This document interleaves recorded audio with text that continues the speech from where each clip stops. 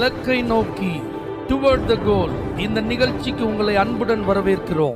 Praise the Lord. ஆண்டவராகிய இயேசுவின் இனிய நாமத்தில் உங்கள் எல்லாருக்கும் அன்பின் வாழ்த்துக்கள். ரோமர் 10:11. அவரை விசுவாசிக்கிறவன் எவனோ அவன் வெட்கப்படுவதில்லை என்று வேதம் சொல்லுகிறது.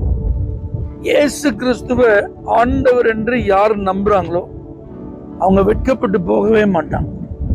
இதை வேதம் சொல்லுகிறது என்றால் ஆண்டுடைய வார்த்தை சொல்லுகிறது. வானம் ஒழிந்து போகலாம், இந்த பூமி அழிந்து போகலாம், ஆனால் ஆண்டுடைய வார்த்தை ஒரு நாளும் மாறாது. அப்படியே நடக்கும். அப்ப இயேசு கிறிஸ்து இந்த பூமியில மனிதனாக வந்து என்னுடைய பாவங்களுக்காக, என்னுடைய அக்கிரமங்களுக்காக, என்னுடைய மீறுதல்களுக்காக கல்வாரி சிலுவையிலே அவர் அடிக்கப்பட்டு தன்னுடைய கடைசி சொட்டு இரத்தத்தை சிந்தி தன்னுடைய ஜீவனையே கொடுத்திருக்கிறார். அவருடைய இரத்தத்தினாலதான் என்னுடைய பாவங்கள் எல்லாம் மன்னிக்கப்பட்டிருக்கிறது. இன்றைக்கு அவருடைய நாமத்தின் மேல நான் விசுவாசமா இருக்கிறதுனால நான் அவருடைய பிள்ளையா இருக்கிறேன். என் வாழ்க்கையில நான் அவர் ஆண்டவர் என்று ஏற்றுக்கொண்டிருக்கிறத நான் இருதயத்துல 100% நம்புறேன். அவர் தான் என்னுடைய தெய்வம் என்று அறிவிக்க நான் வெட்கப்படலை. அதை வாயார நான் அறிவிக்கிறேன். இப்படி சொல்லி இருக்கிற ஒருவரையும் ஆண்டவர் வெட்கப்படுத்த மாட்டார் என்பதுதான் இந்த வசனத்தினுடைய அர்த்தம். தெய்வ பிள்ளைகளை, வாழ்க்கையில நீங்க பலவிதமான கடின சூழ்நிலைகளில நீங்க கடந்து போகலாம். இயேசு உனக்கு என்ன செஞ்சாரு, இயேசுவை நீ ஏற்றுக்கொண்டதுனால உனக்கு என்ன கிடைச்சது, நீ இருந்த நிலையிலிருந்து இன்னும் மோசமான நிலையில் தானே இருக்கிறாய் என்று இன்னைக்கு உலகத்தார் கேட்கும் போது அவர்களுக்கு சரியான பதிலை நீங்க கொடுக்க முடியாதவர்களா இருக்கலாம். ஆனா ஒண்ணு தெரிஞ்சுக்கோங்க, உங்க உள்ளத்துல ஒரு பெரிய சமாதானத்தை கர்த்தர் தந்திருக்கிறார். அது மாத்திரமல்ல, இந்த உலக வாழ்க்கை முடிந்தாலும் நித்திய வாழ்க்கை உண்டு என்கிற நம்பிக்கையை கர்த்தர் தந்திருக்கிறார். உலகத்தோடு மனிதனுடைய வாழ்க்கை முடிந்து போகிறது இல்லை, அதுக்கப்புறம் தான் உண்மையான வாழ்க்கை ஆரம்பிக்கிறது.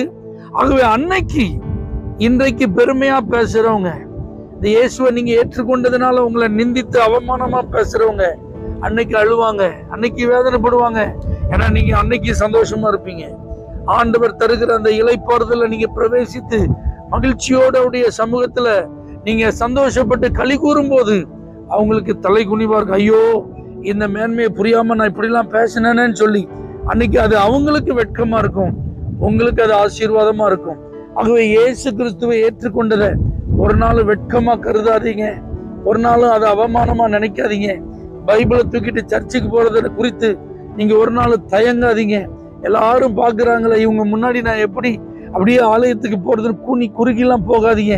இயேசு கிறிஸ்துவை ஏற்றுக்கொண்டதற்காக தைரியமா சந்தோஷமா நீங்க வாழுங்க.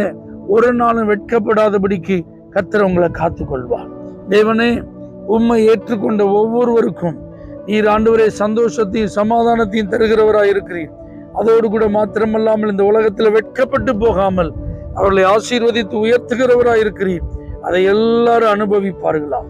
இயேசுவின் நாமத்தில் பிதாவே, ஆமென். For prayer contact Pastor J. J. Kumar, El Shaddai Ministries, 9500252586, Surandai.